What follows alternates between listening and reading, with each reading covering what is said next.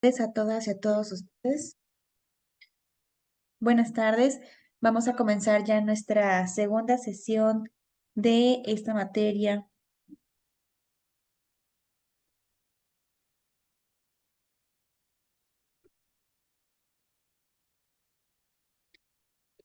que es el desarrollo financiero de la empresa, del doctorado. Y pues bueno, la primera sesión estuvimos hablando acerca de la administración financiera del capital de trabajo, la importancia en el uso, manejo, destino y aplicación de los recursos financieros de una empresa. Vimos la definición de capital de trabajo, que bueno, es la inversión de una empresa en activos, que quiere decir en aquellos derechos y bienes de la empresa, y el financiamiento con pasivos de corto plazo. El capital de trabajo está integrado por el total de activos circulantes y el pasivo de corto plazo. Es decir, estamos hablando de los activos circulantes, de aquellos activos, de aquellos derechos, de aquellos bienes que tiene la empresa y que son fácilmente convertibles en efectivo en un periodo menor a un año, y las diferentes obligaciones que son los pasivos que tiene la empresa en corto plazo. Y bueno, ¿por qué estudiamos esto de la administración del capital de trabajo? Bueno, es una tarea muy importante para el gerente financiero porque la meta del manejo del capital de trabajo es buscar maximizar el valor de la empresa. Y para ello es muy importante pues que manejemos de forma eficaz y eficiente los activos de corto plazo y también buscar cuáles serán las fuentes de financiamiento para poder pues una empresa cumplir, dar cumplimiento con sus pasivos de corto plazo. Entonces, bueno, también revisamos otros conceptos de capital de trabajo. Vimos que son los recursos destinados a cubrir la operatividad diaria, es decir, las herramientas que la empresa tiene para poder cumplir con sus actividades de forma diaria. Y bueno, pues también lo podemos encontrar con otros nombres como fondo operativo, fondo de maniobra, capital en circulación. Es la administración del activo circulante y del pasivo a corto plazo y se define como el resultado de la diferencia entre activo circulante menos pasivo circulante. Y bueno, esta fórmula también nos recuerda a ese estado financiero que es el balance general, donde veíamos que activo menos pasivo pues igual a capital. En este caso, únicamente nos estamos refiriendo a aquellos que son de corto plazo. ¿Cuáles son estos activos circulantes de corto plazo? Son el efectivo, caja, bancos, cuentas por cobrar, inventarios. Su característica principal es que estos activos circulantes tienen una fácil conversión en efectivo en un plazo máximo de un año. Tenemos los pasivos de corto plazo, que se refiere a aquellos también obligaciones que tiene la empresa, deudas que tiene la empresa y que tienen que pagarse en un plazo máximo de un año. ¿Y cuáles son algunos de los ejemplos de los pasivos a corto plazo? Tenemos a los proveedores, a las cuentas por pagar, impuestos por pagar y créditos que sean menores o igual a un año. Entonces, bueno, tanto de activos circulantes como pasivos circulantes, pues vemos que ambos coinciden que son en corto plazo, es decir, en un periodo de máximo un año, y que también ambos tienen la característica de que, bueno, en el caso del activo circulante, representa la fácil conversión en efectivo y el pasivo de corto plazo son aquellas obligaciones que tiene la empresa y que tienen que cubrirse en un periodo de un año. Bien, entonces, bueno, para poder nosotros tener un buen manejo del capital de trabajo, o sea, de la administración de capital de trabajo, pues vamos a implementar algunas políticas, que las políticas son aquellas decisiones encaminadas a buscar el eficiente manejo de los recursos, es decir, cuál va a ser el nivel que nosotros deseamos de inversión en activos circulantes y de qué forma nosotros vamos a cumplir con estos activos circulantes, ¿sí? Porque, por ejemplo, para que la empresa tenga un bien, un derecho, pues tiene que pagar. Entonces la empresa se endeuda. Por eso hay que buscar la manera en cómo vamos a financiar esos activos circulantes que, bueno, al final se van a convertir en nuestros pasivos a corto plazo. Ya sea que nosotros compremos, por ejemplo, alguna maquinaria a crédito, mercancía a crédito, y que eso pues va a representar una deuda para la empresa, una deuda a corto plazo. Y aquí lo interesante es buscar cuáles van a ser las mejores fuentes de financiamiento a corto plazo para pues nosotros poder dar cumplimiento a los pagos, a las deudas que tenga la empresa y que al mismo tiempo nos permita no descapitalizarnos para pues también tener dinero, tener recursos para nuestra operatividad diaria. ¿Qué pasa? De repente hay empresas que empiezan a comprar muchas cosas, muchos derechos, muchos activos a crédito. Y bueno, llega un punto en que ya no tienen los recursos suficientes para poder cumplir con esas obligaciones, con esas deudas. Y entonces, pues ahí entramos en un caos financiero, porque la empresa pues ya no tiene recursos para poder dar cumplimiento a esas obligaciones. También tenemos el caso de empresas que compran activos circulantes en efectivo. Compran mercancías en efectivo, compran alguna maquinaria en efectivo, algún equipo de transporte en efectivo. ¿Y qué pasa? Que de repente la empresa pues ya no tiene recursos para su operatividad diaria, ¿no? Entonces, pues aquí también es importante tomar decisiones, saber en qué momento me conviene los créditos, me conviene financiar ciertos recursos, compras o bienes de la empresa, de tal manera que pueda yo contar con dinero líquido, con dinero en efectivo y que esto me permita pues seguir realizando mi operatividad diaria. Pero ojo, aquí muy importante es de que si nosotros vamos a buscar fuentes de financiamiento, entonces, tenemos que establecer políticas para también cumplir en tiempo y forma con esas fuentes de financiamiento.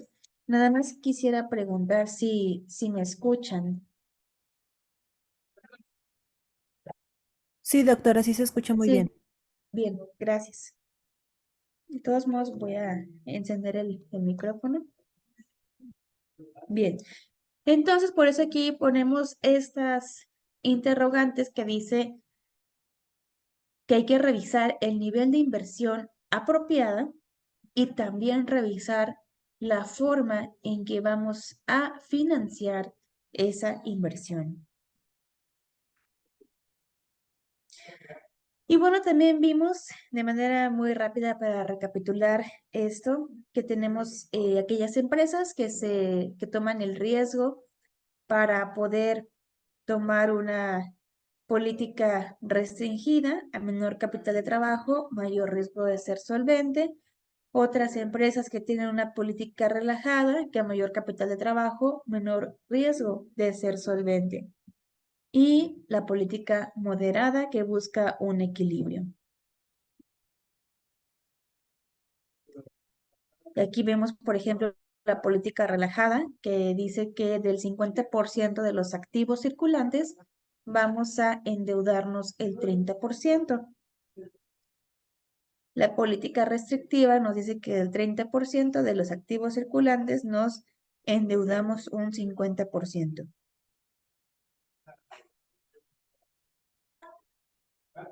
Bien, Ahora, esto fue lo que es la administración de capital de trabajo y que bueno, pues aquí estamos hablando también de la administración del efectivo. Ahora vamos a ver lo que es la administración de las cuentas por cobrar, que las cuentas por cobrar también es parte de los activos circulantes de una empresa. Antes de entrar en ese tema de cuentas por cobrar y su administración, vamos a revisar como referente este pequeño video que nos habla acerca de la historia del crédito y la cobranza. Son 2 minutos nada más, 3.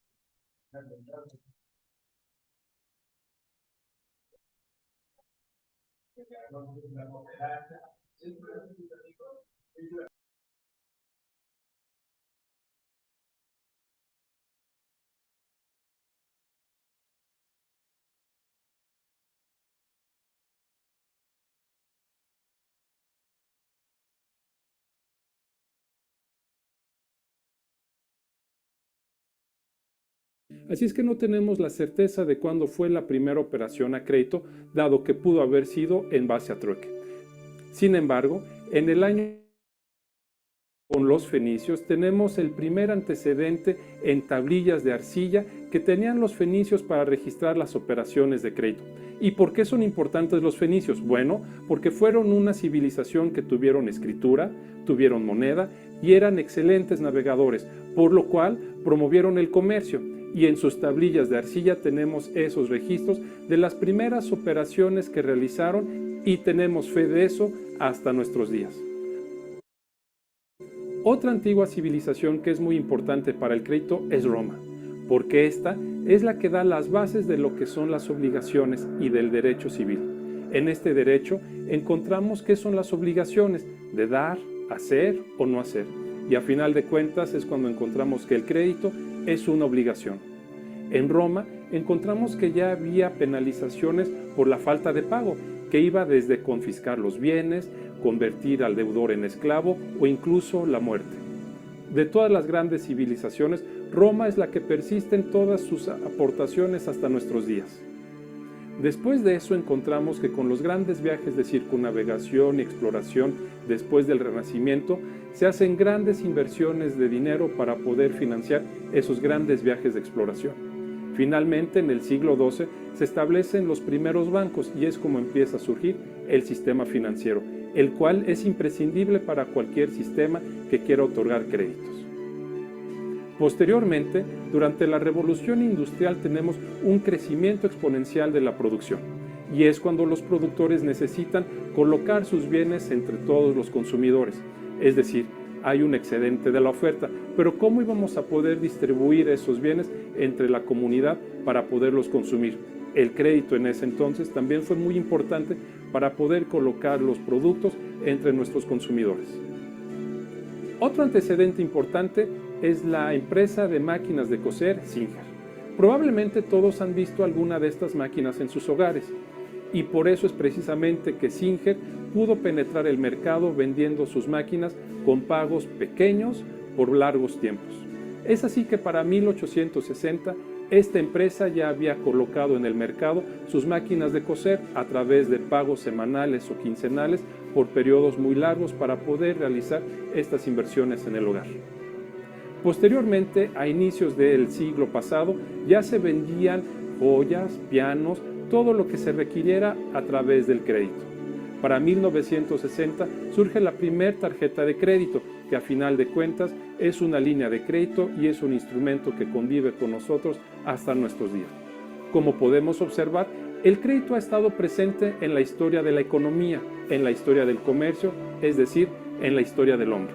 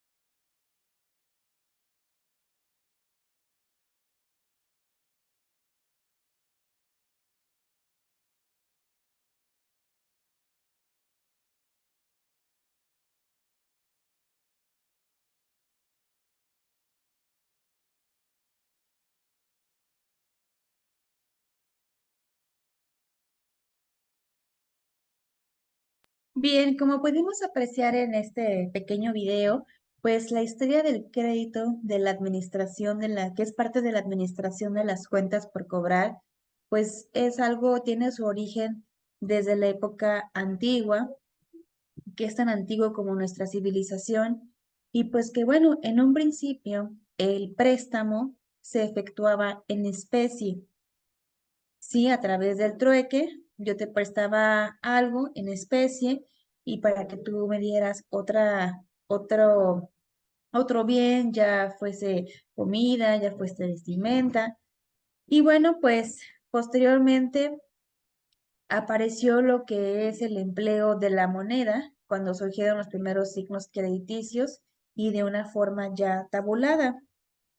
En la antigua Roma encontramos los primeros signos del desarrollo del crédito. Hay constancia de leyes, de decretos que establecían incluso penas corporales para aquella persona que fuera deudor insolvente o aquella persona que no cumplía con lo pactado con el acreedor. También existen documentos históricos que indican penas variables entre la confiscación de los bienes del deudor, el encarcelamiento, la pena de muerte e incluso la venta como esclavo. Entonces, fíjese cómo también ya desde nuestras épocas antiguas, pues había ciertas políticas para el uso de un crédito, para pues establecer decretos, leyes para aquellas personas que eran deudores. Y bueno, además de los prestamistas, se generaron los banqueros. Y los banqueros actuaban como cambistas, como mercaderes de metales preciosos, cobraban los créditos de sus clientes cuando los deudores radicaban en el extranjero y se encargaban de pagar sus deudas a sus clientes locales. Y bueno, fue hasta el siglo XII cuando aparecieron los bancos, así como los conocemos en la actualidad, ya con una estructura, con unas áreas dedicadas exclusivamente a estos temas de la emisión de crédito. Y bueno, el término crédito es un vocablo que proviene del latín creditum, de credere, de tener confianza. Y la confianza es la base del crédito, aunque al mismo tiempo implica un riesgo. El crédito sin la confianza es inconcebible, por lo tanto, cuando hablamos de crédito, en automático tiene que venir a nuestra mente la palabra confianza. Entonces, bueno, el crédito tiene ventajas. Una de las ventajas del crédito, que recordemos, no perdamos de vista que es parte de los activos circulantes de las cuentas por cobrar, pues es que nos permite obtener activos de forma rápida. Por ejemplo, si queremos comprar mercancía, si queremos comprar insumos, materia prima, si queremos también adquirir equipo de transporte, inventarios, entre otros bienes para la empresa, en lugar de pagarlas en efectivo, podemos comprarlas a crédito. Nos permite aumentar el volumen de venta también, porque si otorgamos créditos a los clientes, pues los clientes tienen más opciones para poder comprarnos a nosotros como empresa. También el crédito tiene la ventaja de que incrementa la producción de bienes y servicios, por lo tanto disminuyen los costos unitarios, da flexibilidad a la oferta y demanda, hay una elevación del consumo y permite a ciertos sectores socioeconómicos adquirir bienes y servicios que no podrían pagarlo de contado. Ya ven que incluso hay empresas, por ejemplo, Coppel, que establece políticas de crédito que sean de alguna forma accesibles a los diferentes niveles socioeconómicos de la población. Incluso tiene políticas de crédito donde uno pues cada semana va pagando 100 pesos y que bueno, pues ya puedes tú comprar ese bien. Entonces, por lo tanto, dice que el crédito permite pues el acercamiento a más personas, a más sectores socioeconómicos, adquirir, comprar pues nuestros productos. También el crédito acelera la producción, la distribución, crea más fuentes de empleo a través de la creación de nuevas empresas y también ampliación de las empresas que ya existen. El crédito nos permite el uso de todo tipo de servicios y adquisición de bienes con plazos largos para pagarlos, aumenta el volumen de los negocios, desarrollo tecnológico, facilita la transferencia de dinero y bueno, entre otras ventajas más en el ámbito empresarial. Sin embargo, pues así como tiene muchas ventajas, también el crédito pues representa un riesgo para la empresa, ¿no? Porque se va a volver también pues una obligación que la empresa pues tiene que cubrir, tiene que dar cumplimiento por el hecho de comprar mercancías a crédito. Y bueno, pues otra desventaja de estos instrumentos financieros radica en el sentido de que cuando aumenta el volumen de créditos, aumenta la oferta monetaria y esto va a redundar en el alza de precios que va a producir inflación. Bien, el crédito pues es una valiosa herramienta para la administración, es una valiosa herramienta también para lo que es la administración del capital de trabajo, es fundamental para la existencia y desarrollo de las empresas. Desde el punto de vista incluso del marketing, el crédito permite aumentar los volúmenes de venta y que esto a su vez disminuye los costos unitarios y permite a ciertos sectores de la población poderse sumar a ese mercado consumidor. Y bueno, pues ya hablando específicamente de lo que es la administración del crédito junto con la cobranza, esta actividad es una actividad propia del área financiera de la empresa, por lo que respecta a sus relaciones funcionales, coordinar fundamentalmente la administración de venta y sobre todo, pues que esté en constante coordinación con el área de mercadotecnia, que también es lo que veíamos la clase pasada, que es importante que exista esa coordinación entre las diferentes áreas de la empresa. A veces podemos decir que estos temas que estamos platicando en clases que hablan de la administración del capital de trabajo son temas propios del área financiera. Sin embargo, son temas que también tienen que tener conocimiento el área de comercialización, el área de producción, el área de las ventas, del marketing, del desarrollo e innovación, para que todas en conjunto puedan trabajar para el mismo objetivo. Y bueno, pues el crédito lo podemos encontrar de diferentes tipos. Tenemos el crédito de inversión, que se otorga con el objeto de colocar capitales en manos de terceros. El crédito bancario, que es el que realiza una institución bancaria a una empresa para que esta empresa pueda comerciar con crédito. El crédito entre comerciantes, aquel en que uno de los bienes que da inicio a la operación está constituido por mercancía o servicios, y el crédito que se le otorga al consumidor, que es el crédito que una empresa le da a sus clientes para que estos puedan comprar más fácilmente, de forma más accesible, sus productos.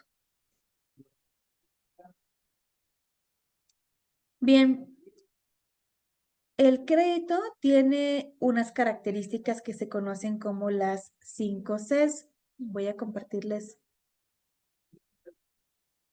esta presentación.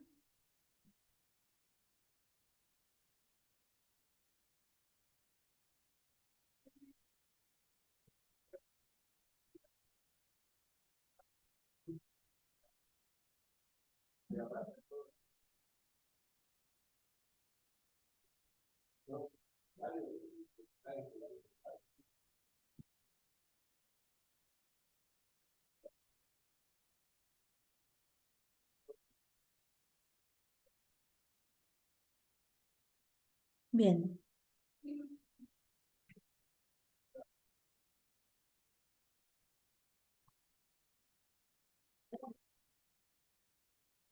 vemos aquí también cómo es la estructura de una empresa. Tenemos aquí al director general, las diferentes áreas, administración y finanzas. Dentro de administración y finanzas tenemos tesorería, tenemos crédito y cobranza y contabilidad.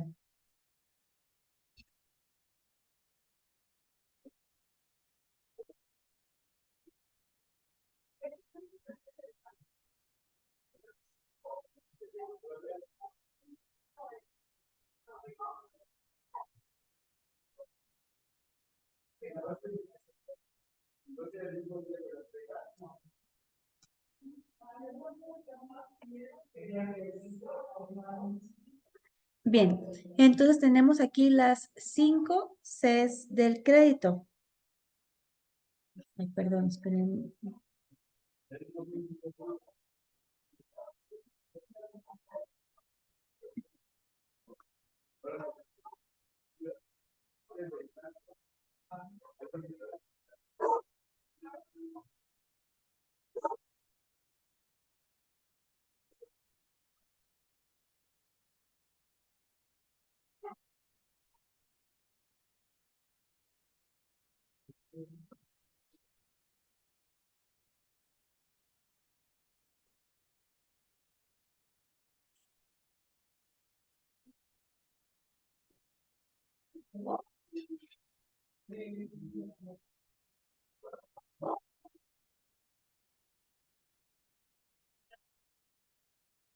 Listo, tenemos aquí las 5 Cs de crédito, que bueno, son características básicas que contienen los créditos.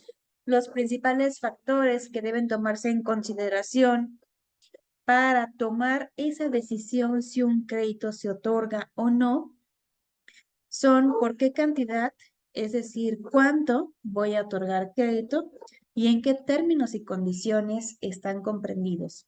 Entonces, para ello, nosotros estudiamos lo que son las 5 Cs del crédito, que es el riesgo de crédito. Y bueno, todos los que están al frente de un departamento de crédito y cobranza, de un departamento financiero, deben de conocer estas Cs del crédito, ya que cualquier persona que solicita un crédito tiene que ser evaluado para conocer su capacidad para operar el negocio y su capacidad de pago a quien le otorgó el crédito, el capital que ha invertido en su negocio o que va a utilizar para pagarle al acreedor, qué cobertura tiene para poder compensar las posibles pérdidas y con qué recursos financieros cuenta también, o sea, con qué patrimonio, con qué bienes cuenta esa persona para poder pagar sus deudas. Por eso, en muchas empresas, cuando queremos sacar una casa o un coche, pues nos piden incluso un estudio de nuestro buró de crédito, si nuestros antecedentes, nos piden documentos de algún patrimonio que tengamos, pues para que ellos tengan esa seguridad de que somos personas que vamos a tener esa capacidad financiera, esa capacidad de dar cumplimiento a esta deuda. Bien, vamos a ver cada una de estas C. Tenemos lo que es el carácter, y el carácter se refiere al conjunto de cualidades del sujeto que lo hacen querer pagar el vencimiento de una deuda. Este es uno de los elementos más importantes respecto a que a un cliente hay que pagarle a un proveedor o un deudor que le tenga que pagar a un banco. Y bueno, pues el carácter es una disposición o decisión honesta de pagar. Si un deudor se siente moralmente obligado a pagar, pues va a hacer todo lo posible para poder pagar la deuda que tiene. Y bueno, el carácter de una persona es el conjunto de cualidades morales, cualidades mentales que lo identifican. Tenemos la honradez, que es una de las características fundamentales del carácter, la integridad, la imparcialidad, la responsabilidad y la confianza. El carácter se convierte en crediticio cuando estas cualidades se combinan para hacer a alguien consciente de sus compromisos de crédito y deudas. Para ello es importante pues establecer una prueba donde nosotros veamos que esa persona cuenta con un carácter íntegro, imparcial, responsable, honesto y que genera esa confianza. Y bueno, la prueba es revisar su historial de pagos, por eso muchas empresas se van a revisar lo que es el buró de crédito de cada persona, donde nosotros podemos tener una idea de cómo se comporta esa persona con sus obligaciones, si realmente ha sido una persona que ha pagado a tiempo, si no tiene deudas, si no tiene pendientes.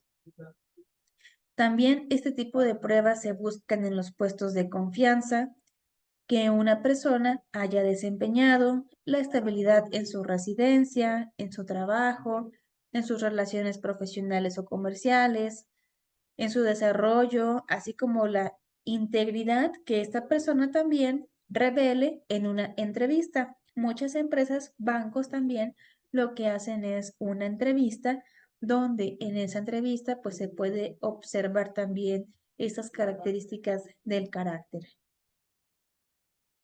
Detenemos lo que es la capacidad de pago. La capacidad se refiere a la posibilidad y la facilidad para pagar una deuda a su vencimiento. No obstante, la disposición de pago del deudor, si no se tiene el dinero para efectuar el pago o la capacidad de obtenerlo, se está frente a un riesgo. Entonces, la capacidad se refiere más que nada a la facilidad o qué tan posible es, qué tantas posibilidades hay de que ese cliente pueda pagar su deuda antes de la fecha de su vencimiento. No siempre es fácil que calculemos o que detectemos esa capacidad financiera del cliente, de ese sujeto. Aquí, ¿cuáles son las pruebas que podemos nosotros revisar para tener una idea de que si esa persona tiene capacidad para cumplir con esta obligación? Bueno, pues podemos ir a la prueba de los ingresos. Le pedimos que nos compruebe sus ingresos y a partir de ahí nosotros podemos también pues observar si con base en esos ingresos que tiene la persona va a ser capaz de poder dar cumplimiento a esta deuda que está adquiriendo. Entonces, los ingresos deben ser reconocidos como el productor de otros elementos que también significan capacidad, por ejemplo, la profesión de la persona, su edad, su estabilidad laboral, cuánto tiempo lleva en el trabajo, si tiene propiedades de bienes inmuebles, es decir, si cuenta con una casa que esté a su nombre, si tiene disposición a economizar recursos, si tiene deseos de progreso. Y bueno, la capacidad de un individuo para efectuar un negocio o la capacidad de una empresa también se van a relacionar con factores que van a afectar los ingresos, el presupuesto de gastos y los adeudos pendientes. El ingreso comercial se deriva esencialmente de las ventas. Lo que afecta a las ventas determina en cierto grado la capacidad de crédito del negocio. Entonces, en el caso ya comercial, ¿cuáles serían las pruebas para poder medir la capacidad que tiene una empresa para cumplir con sus obligaciones de crédito? Bueno, pues los ingresos comerciales, las ventas, revisar el ingreso que tiene la empresa por ventas, los ingresos por los gastos de publicidad, el costo de ventas, la ubicación de la empresa, su organización, la antigüedad, el volumen de los inventarios, los servicios prestados, las relaciones comerciales y bueno, otros factores que nos dicen mucho acerca de la capacidad de una empresa. Bien, de ahí tenemos otra C que es el capital invertido. Y bueno, el capital es la fuerza financiera de un solicitante de crédito medida por el valor líquido de su negocio. Es esa seguridad de pago que un deudor representa por los bienes que tiene, así sea a largo plazo, si el carácter o la capacidad no fallan. El capital es lo que el acreedor puede aprovechar como garantía de pago de la deuda. Y eso lo ocupan muchas empresas. Ok, a ver, te voy a otorgar el crédito, pero necesito que me des los documentos de tu propiedad, ¿no? De este bien que tú tienes. O, por ejemplo, en el caso de los créditos hipotecarios, el banco no te da la factura el banco tiene en su poder la factura de la vivienda y no te la va a dar hasta que tú termines de pagar todas tus mensualidades. Entonces, capital se puede decir que representa los bienes o te voy a otorgar este crédito, pero me vas a otorgar a mí un bien, un documento de una especie, algo que tú tengas, un patrimonio, un capital, para que lo tenga yo como garantía de pago de tu deuda. Entonces, el crédito se otorga al tener la seguridad de que los pagos del deudor se van a hacer de forma normal, con la posibilidad de efectuar ventas con el último cliente. Ya tenemos otra característica que es colateral, que también nos habla de las garantías.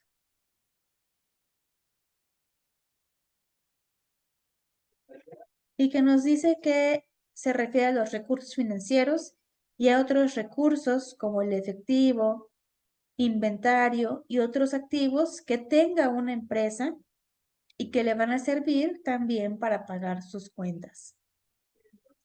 La cobertura se refiere a la seguridad que tiene una empresa para poder compensar diferentes pérdidas. Y bueno, todos estos factores son importantes considerarlos, importante tomarlos en cuenta. También es importante definir cuál va a ser la claridad del riesgo de un crédito. Hay que tomar en cuenta todos estos factores y que bueno, es necesario para que podamos establecer un juicio fundamentado con apreciaciones críticas. Analizar la importancia de cada uno de esos elementos es fundamental para entender lo que representa y sobre todo para en un futuro visualizar cómo va a afectar la operatividad de la empresa o la operación del crédito y cobranza de la empresa.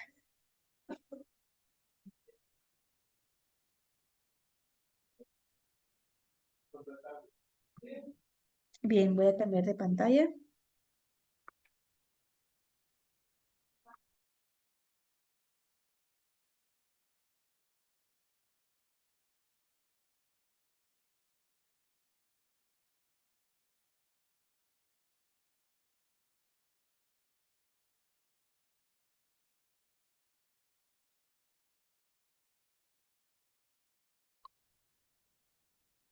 Bien, entonces las cuentas por cobrar representa el 37% de los activos circulantes y el 16% de los activos totales.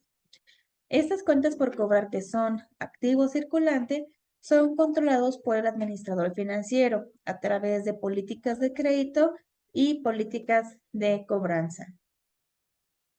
Las políticas de crédito nos ayudan a definir cuáles van a ser las selecciones de crédito, considerando las 5C que ya las explicamos.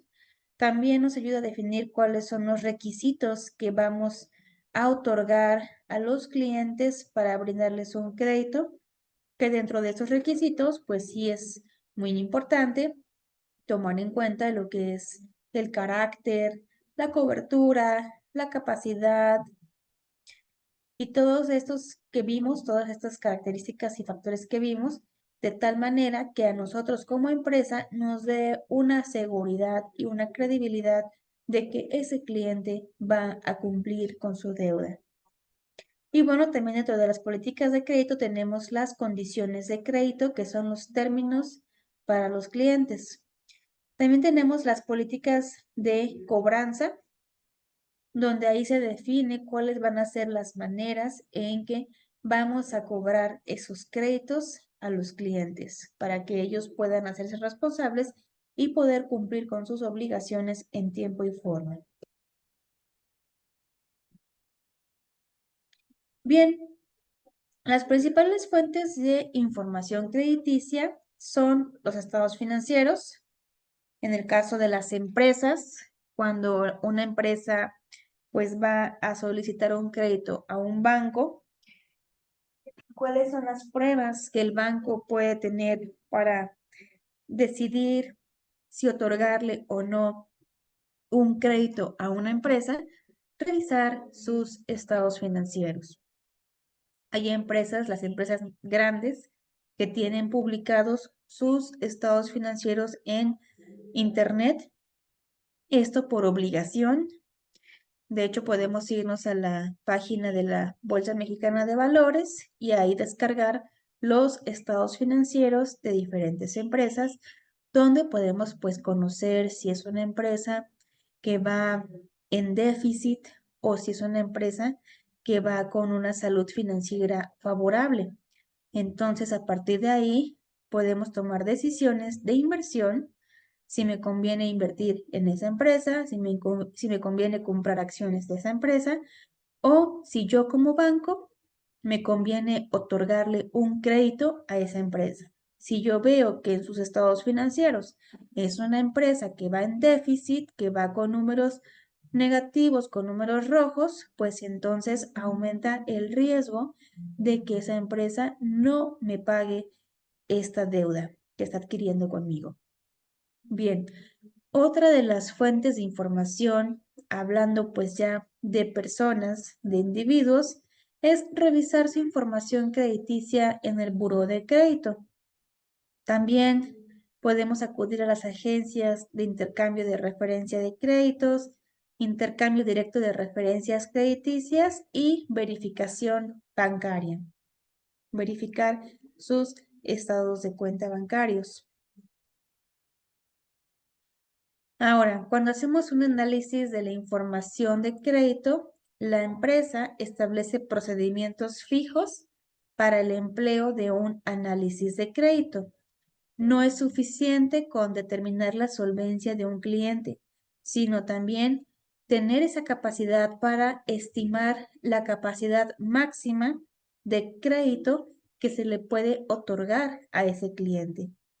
Una vez que nosotros ya estudiamos al cliente, estudiamos su poder adquisitivo, sus ingresos, revisamos si está en buró de crédito, revisamos sus antecedentes de compras que ha hecho en el pasado, entonces se le otorga cuál va a ser la cantidad máxima de crédito que no represente un riesgo para nosotros. Y además de otorgar la cantidad máxima de crédito, es decir, cuánto dinero te voy a prestar, también es importante definir una línea de crédito, que es la cantidad máxima que un cliente puede adeudar en un determinado momento. Aquí ya vemos que está condicionado por los periodos o por los plazos en el tiempo. Y bueno, para ello pues empleamos estados financieros y el registro de cuentas por pagar del solicitante para calcular su periodo de pago promedio. Es decir, vamos a definir cuáles van a ser tus plazos, cuáles van a ser tus plazos y los montos que me vas a otorgar. También para los clientes que solicitan fuertes cantidades de dinero, se tiene que realizar un análisis detallado de la liquidez, de actividad, de endeudamiento y de rentabilidad de la empresa solicitante. Es decir, qué tanto la empresa maneja efectivo, qué tanto tiene dinero líquido, qué tantas deudas tiene la empresa y qué tan rentable es esa empresa. También se hace una comparación de los ingresos de esa empresa en los últimos años. Y bueno, pues aquí se emite un juicio, que muchas veces es un juicio pues subjetivo, que ya depende del análisis que haga ese analista o esa persona de finanzas, para pues también definir cómo es el carácter de la persona que está solicitando ese crédito.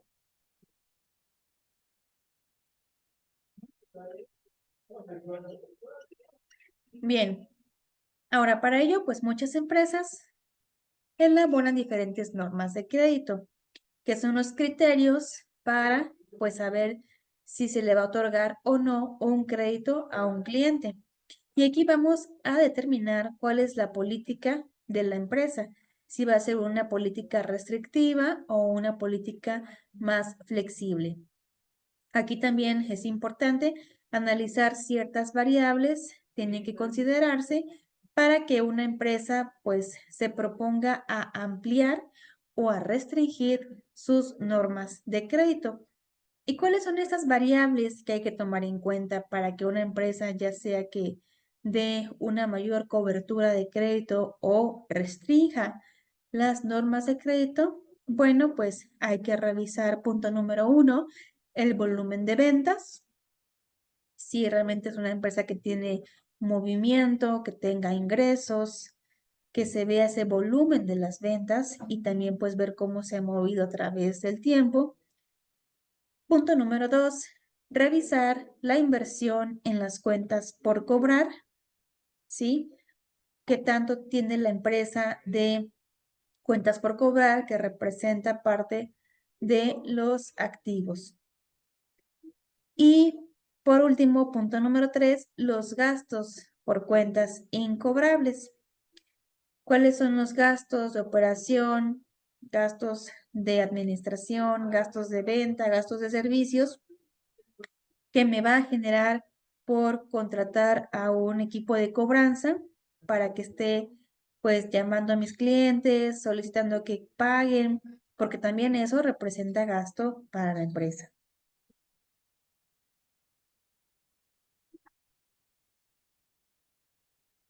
Y bueno, aquí tenemos un ejemplo que dice la empresa Beans Tool de herramientas de mano vende un producto a 10 pesos por unidad. Las ventas del año pasado fueron de 60,000 unidades.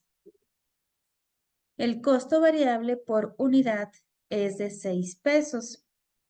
Los costos fijos totales de la empresa son de 120,000 pesos. ¿Qué quiere decir esto de los costos fijos? Que la empresa tenga ventas o no tenga ventas, tiene que pagar forzosamente 120,000 pesos. A lo mejor esto es de la renta del local o de la bodega. Entonces, bueno, la empresa contempla una relajación en sus normas de crédito, porque seguramente lo que esta empresa quiere es aumentar sus ventas. ¿Y por qué toma esta decisión de relajar sus normas de crédito? Bueno, porque la empresa espera que al tomar una medida de relajación, de otorgar más créditos, pues pueda tener un incremento del 5% en las ventas por unidad y por lo tanto pueda vender 63,000 unidades.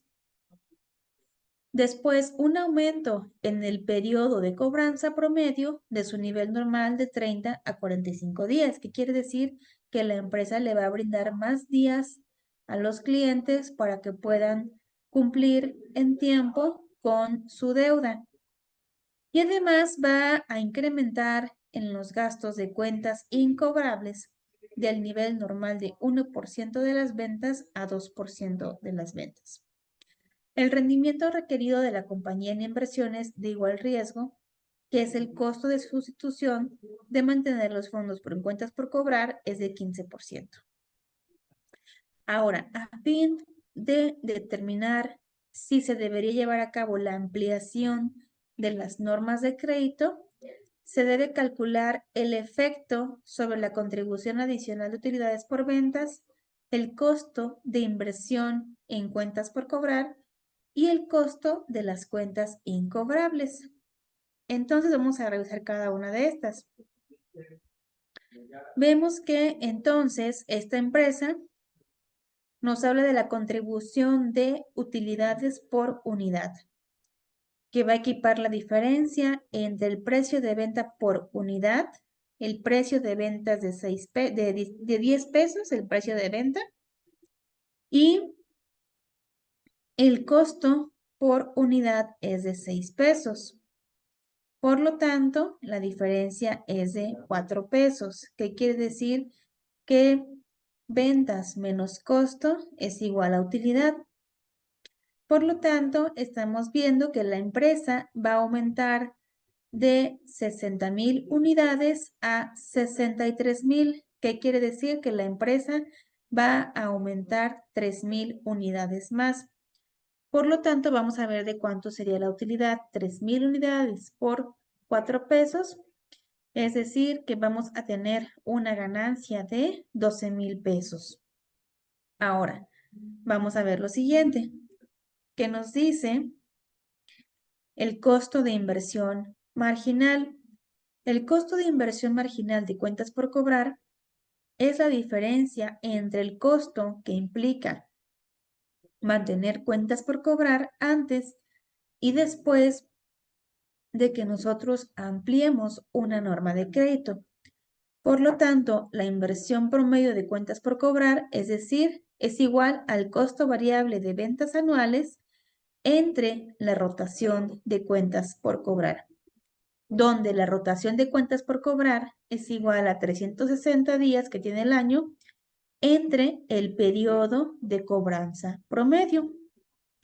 Entonces, bueno, aquí vamos ya a desglosar cada una de las variables. Tenemos que actualmente la empresa tiene un costo variable de 6 pesos, que son los costos de venta, y la empresa pues tiene al año, produce o más que nada vende 60,000 unidades. Por lo tanto, la empresa tiene ventas de 360,000. Ahora, ¿cuál es la rotación de cuentas por cobrar? Tenemos que 360, que ese siempre se mantiene, 360 días que tiene el año, y lo vamos a dividir entre 30 porque actualmente la empresa da créditos a 30 días. En esta primera fila estamos haciendo la operación como está actualmente, como está en el presente. Entonces, dividimos 360 días entre los 30 días, que es el periodo promedio de cobranza, y es igual a 12. Por lo tanto, tenemos 360,000 entre 12, nos da igual a 30,000, que es la inversión promedio de cuentas por cobrar. Ahora tenemos ya la nueva política que nos dice cuál es el costo de cada unidad. El costo no cambia, el costo sigue siendo 6 pesos, pero ahora lo que quiero es aumentar las ventas, ya no a 60,000, sino ahora quiero que sean 63,000 unidades. Por lo tanto, si multiplico 6 pesos, que es el costo de ventas, por 63,000 unidades, 3,000 más, ahora me da 378,000. Calculo la rotación de cuentas por cobrar con la nueva política que nos dice que de 30 le voy a otorgar más tiempo a mis clientes para que me paguen. Entonces, 360 entre 45 nos da igual a 8. Entonces, hacemos ya la operación y nos da igual a 47,250. ¿Qué quiere decir? Que hay una diferencia de 17,250. Y si lo multiplicamos por el 15%, porque aquí nos dice que el rendimiento requerido de la compañía en inversiones de igual riesgo, que es el costo de sustitución de mantener los fondos en cuentas por cobrar, es de 15%. Entonces, vamos a multiplicar esta diferencia que obtuvimos por el 15% y nos da un costo de inversión marginal de 2,588, ¿sí? Entonces, bueno, vamos a determinar que tomar la diferencia entre el nivel de cuentas incobrables antes y después. Tenemos esto. En el presente tenemos que son 6,000. ¿Y cómo sacamos eso? Bueno, 0.01 por 10 entre 60.000 unidades y nos da a 6.000, y con el otro plan 0.02 por 10 entre 63.000 unidades y nos da 12.600. Una diferencia de 6.600 del costo de cuentas incobrables marginales. Entonces, aquí vamos a hacer un comparativo en esta tabla. Vamos a hacer un comparativo de implementar esta nueva política de ampliar los créditos. Aquí tenemos, de hecho, aquí tenemos ya desglosada la primera operación que hicimos, que nos da 47.250, que eso lo obtuvimos de aquí, 47.250. De ahí tenemos el importe de 30.000, que también lo obtuvimos aquí, que es lo que actualmente es nuestra política de crédito. Y bueno, esto nos da una diferencia de 17.250. Ahora, lo comparamos con el costo marginal en cuentas incobrables y nos da 6.600. Utilidad neta de la aplicación del plan propuesto es 2.812. Entonces, con la finalidad de decidir si la empresa debe tomar o debe ampliar su norma de crédito, la contribución anual de utilidades por ventas debe ser comparada con la suma del costo de la inversión marginal en cuentas por cobrar y el costo de cuentas incobrables marginales. Si la contribución de utilidades adicionales es mayor que el costo marginal, entonces es factible ampliar las normas de crédito. De lo contrario, las normas actuales tienen que permanecer sin alterarse. Y bueno, pues aquí vimos que la contribución adicional de utilidades por ventas es 12.000. Y si le disminuimos el costo de inversión marginal en cuentas por cobrar y el costo de cuentas incobrables marginales, nos da una utilidad neta de la aplicación del plan propuesto. Por lo tanto, pues sí es una decisión buena, pues tomar esa nueva política de ampliar las normas de crédito. Entonces, bueno, es muy interesante que podamos tomar decisiones, hacer los cálculos pertinentes para decidir si sí vamos a ampliar las políticas de crédito, si vamos a hacerlas de una forma pues más relajadas, una política relajada, calculando estas tres cosas, que es el efecto sobre la contribución adicional de utilidades, el costo de inversión marginal y el costo marginal de las cuentas incobrables. Digo, ahorita pues en este momento no hay compañeros, no hay ahorita participantes, pero bueno, sí sería muy interesante que cada uno de ustedes haga este cálculo y bueno, pues en la próxima sesión que pueda haber participación del grupo para que esto también quede de forma clara, de forma entendible. Sobre todo para que si el día de mañana ustedes están al frente de un departamento de crédito y cobranza, pues también tengan ese conocimiento y esas habilidades para tomar esas decisiones e implementar políticas relajadas o políticas más restrictivas. Recuerden que el objetivo de otorgar un crédito o no, pues siempre va a ser buscar el máximo valor de la empresa.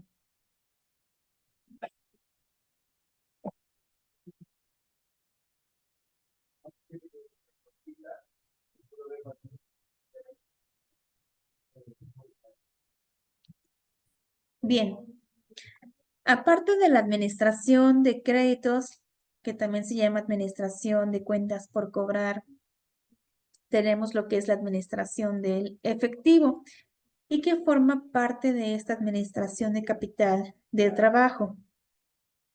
Y bien, a hablar de administración del efectivo, vemos lo que es el ciclo operativo de una empresa. Y bueno, este ciclo operativo de la empresa es el lapso que abarca desde el momento en que la empresa realiza un desembolso para comprar materia prima hasta el momento en que se cobra el efectivo de la venta del artículo terminado. También tenemos lo que es la rotación de efectivo, que es el número anual de veces en que un dinero sufre una rotación, es decir, es el número anual de veces en que el efectivo es recuperado. Y bueno, aquí tenemos este ejemplo que dice la compañía KLN normalmente compra toda su materia prima a crédito y vende toda su mercancía a crédito. Los proveedores le otorgan 30 días de crédito a la empresa y la empresa otorga 60 días de crédito a sus clientes. Al realizarse los cálculos de la empresa, se determinó que se necesitan 35 días para pagar las cuentas pendientes y 70 días para cobrar a sus clientes. También se determinó que la rotación de inventarios es de 85 días. Esto significa que la edad promedio del inventario de la empresa es de 85 días. La compañía gasta aproximadamente 12 millones anuales en desembolsos operacionales y el costo de oportunidad de mantener efectivo en caja es del 10%. Entonces, pues en este ciclo operativo de este ejemplo, que es el lapso que abarca desde el momento en que la empresa realiza un desembolso para pagar materia prima, para comprar materia prima, hasta el momento en que cobra el efectivo de la venta de un producto terminado, pues vemos que aquí en un principio la empresa compró materia prima a crédito con un periodo de pago de 35 días. Por lo tanto, se vuelve una cuenta pendiente, una cuenta por pagar. Hubo una salida de efectivo. Tenemos aquí el ciclo de conversión del efectivo. La empresa termina de fabricar estas materias primas hasta que ya tiene bienes terminados. Empieza a vender esos bienes terminados y la empresa le otorga 70 días a sus clientes para que puedan pagar sus productos, que es el periodo promedio de cobranza. Y vemos que aquí hasta el día 155 vemos que la empresa tiene ya entradas en efectivo por la venta de esos productos terminados. Entonces aquí vemos cómo es el ciclo de conversión del efectivo. La empresa compra materia prima, tiene que pagar a la empresa que le compró, a su proveedor, tiene que pagarle. Y en ese momento pues tiene una salida de efectivo porque tiene que pagar el crédito que adquirió para comprar materia prima. De ahí esa materia prima pues está en proceso de fabricación hasta el punto en que ya la empresa pues termina de fabricar el producto y se convierte en producto terminado a la venta, disponible para que los clientes puedan comprarlo. Y bueno, de ahí ya viene el periodo de cobranza. La empresa otorga créditos a los clientes y hasta esta fecha la empresa tiene entradas en efectivo, donde ella puede observar sus ganancias, donde ella puede revisar esa fórmula de ventas menos costo de ventas igual a utilidad. Entonces, en esta gráfica claramente se puede apreciar lo que es el ciclo de conversión del efectivo, el ciclo operativo del efectivo. Y bueno, representando este ciclo ya en una ecuación, vemos que el ciclo de conversión de efectivo es igual a la edad promedio del inventario, o sea, la rotación de inventarios, más el periodo de cobranza promedio, que es la rotación de cuentas por cobrar, menos el periodo de pago promedio. Y la rotación de efectivo se obtiene con la siguiente fórmula, que es 360 entre el ciclo de conversión de efectivo. Y que tenemos, por ejemplo, en el caso de esta compañía, la edad promedio del inventario es de 85 días, porque aquí nos dice que se determinó que la rotación de inventarios es de 85 días. Aquí lo tenemos. Tenemos el periodo de cobranza promedio, que son 70 días. Y tenemos el periodo de pago promedio, que tanto la empresa tarda en pagar sus créditos a proveedores, son 35 días en que la empresa paga a los proveedores. Entonces, vamos a sacar el ciclo de conversión, que es igual a 85 días más 70 días menos 30 días. Y esto nos da que el ciclo de conversión del efectivo es igual a 120 días. Y ahora vamos a calcular lo que es la rotación de efectivo, que es igual a 360 entre 120 y quiere decir que la rotación del efectivo ocurre 3 veces. El efectivo mínimo para operaciones es la cantidad mínima de dinero que se requiere para que la empresa realice sus operaciones y le permite a la empresa generar un margen de utilidad de seguridad para realizar los pagos no previstos. El nivel mínimo de caja de operaciones para que una empresa tenga se calcula de la siguiente manera. El efectivo mínimo de operación es igual a desembolso total anual entre la rotación del efectivo. Entonces, la rotación del efectivo ya lo obtuvimos aquí, que es igual a 3.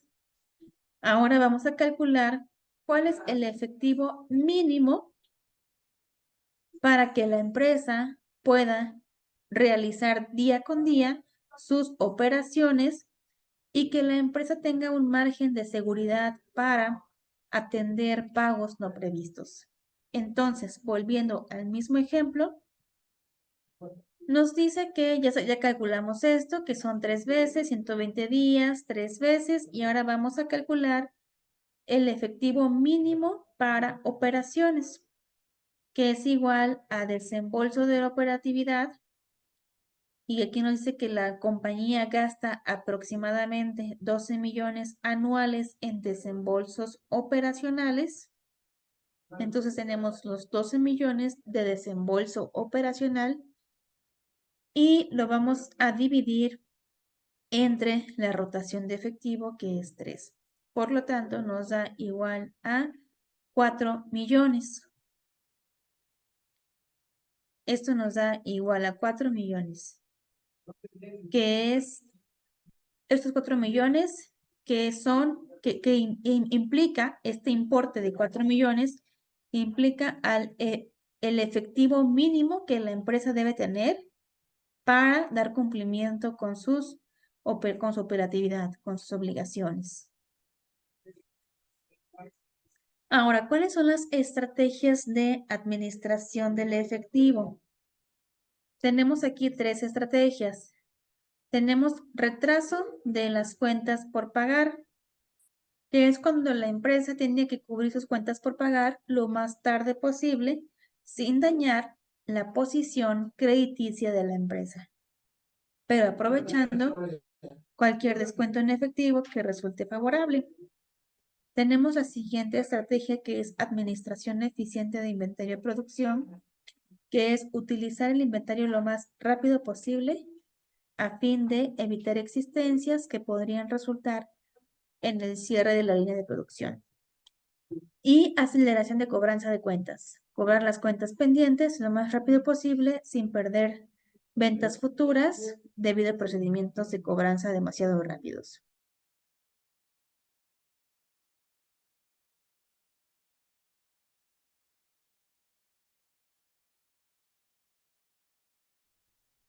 Y bueno, aquí tenemos, por ejemplo, en esta operación que nosotros sacamos, vamos a implementar una política o una estrategia más bien de retraso de las cuentas por pagar. En lugar de hacerlo 35 días, vamos a subirlo a 45 días. Entonces, aquí vamos a cambiar este valor de 35 por 45. Y eso nos va a dar igual a 3.750.000 pesos, ¿sí? De 4 millones baja a 3 millones. ¿Qué quiere decir? Que si nosotros cubrimos las cuentas por pagar lo más tarde posible sin dañar la posición crediticia de la empresa, pues vamos a aprovechar cualquier descuento en efectivo que resulte favorable. Si vamos a implementar, por ejemplo, una estrategia de administración eficiente de inventario producción, vamos a alterar aquí la edad promedio del inventario. En lugar de 85 días, que es el tiempo en que el producto está en el inventario y que ocasiona gastos, vamos a ponerlo a 70 días. Entonces, si yo voy a minimizar el número de días que mi producto está en inventario, esto me va a otorgar un efectivo de 3.529.411. Ahora, si implemento una estrategia de aceleración de las cuentas por cobrar, es decir, voy a cobrar las cuentas pendientes lo más rápido posible, entonces aquí voy a alterar el periodo promedio de cobranza, que en lugar de 70 voy a reducirlo a 50 días. Y bueno, esto me va a dar un efectivo de 3.333.333. Entonces, aquí el ejemplo de cómo podemos implementar diversas estrategias de administración de efectivo, pues para tener ese efectivo mínimo para que la empresa pueda operar, que es la cantidad mínima de dinero que la empresa necesita para hacer su operatividad diaria y que permita a la empresa tener ese margen de seguridad para poder realizar pagos no previstos. Bien, pues hasta este momento hemos visto lo que es administración de cuentas por cobrar, específicamente lo que es crédito y cobranza. Hemos revisado también lo que es la administración del efectivo, la importancia de implementar ciertas políticas para que la empresa pueda tener efectivo mínimo para su operatividad diaria. Y bueno, vamos a ver el siguiente tema. Voy a cambiar pantalla.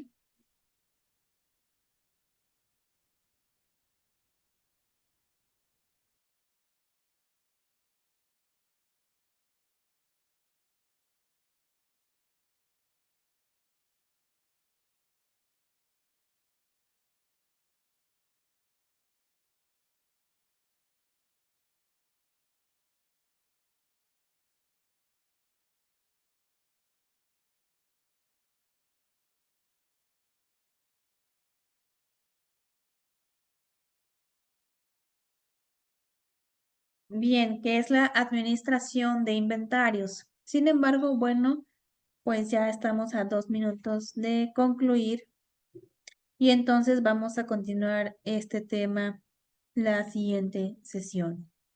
Mientras les voy a compartir en el grupo un documento que habla sobre la administración de los inventarios, su importancia, los factores a considerar para que ustedes lo puedan leer y la siguiente sesión pues ya tengan un conocimiento previo de lo que implica administrar los inventarios, la mercancía de una empresa. Pues agradezco su atención a este video. Espero que la siguiente sesión podamos tener oportunidad de poder, pues, de manera sincrónica o de manera en vivo, poder atender diferentes dudas, sobre todo que ya estamos entrando en tema de ejercicios, en temas prácticos. Y bueno, pues a mí lo que me interesa es que también pues ustedes tengan claridad en la resolución de estos problemas y poder atender sus diferentes inquietudes. Bien, pues que tengan un excelente fin de semana.